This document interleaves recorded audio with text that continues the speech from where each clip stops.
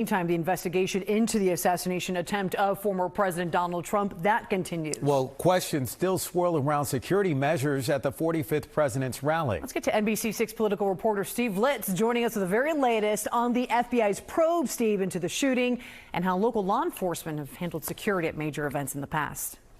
And guys, word came into the newsroom late this afternoon that presidential candidate Robert F. Kennedy Jr. will be under the protection of the Secret Service, and that is because of what happened over the weekend. Sources tell NBC News more than a dozen guns were found in a search of the shooter's family home, all purchased by the gunman's father. We also know 2 local police officers tried to approach the suspect just before he opened fire.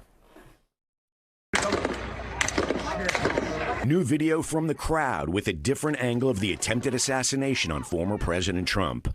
Why Thomas Matthew Crooks shot Mr. Trump remains a mystery 2 days later.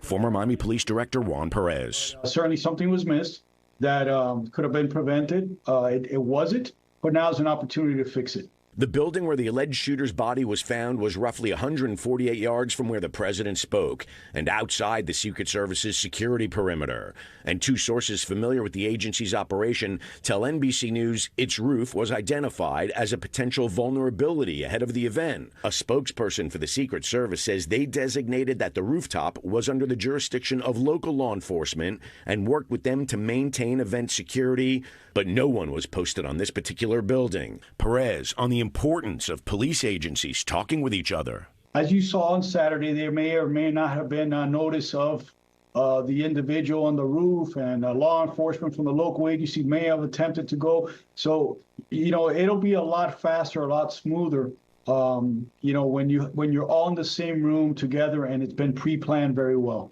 Crooks was 20 years old, worked at a nursing facility, was a member of a local gun club, and his rifle was purchased legally. Today, 2 FBI agents were seen going into his home located outside Pittsburgh. So far, agents have not been able to identify an ideology that may have driven him to attack the former president. Perez on takeaways from a tragedy like this. Even if it was a perfectly planned event and something happens, you have to go back and critique yourself so that we can improve from these things, next, for sure, that the next time similar type of location, that's never going to happen again.